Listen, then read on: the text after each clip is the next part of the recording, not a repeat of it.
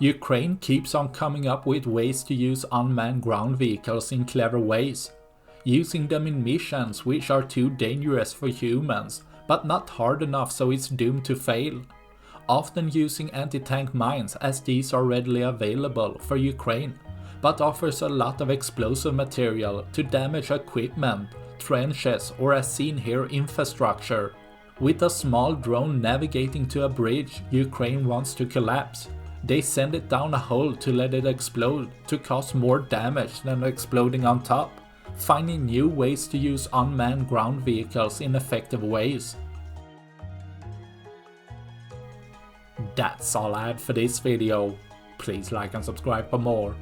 Thanks for watching. Bye.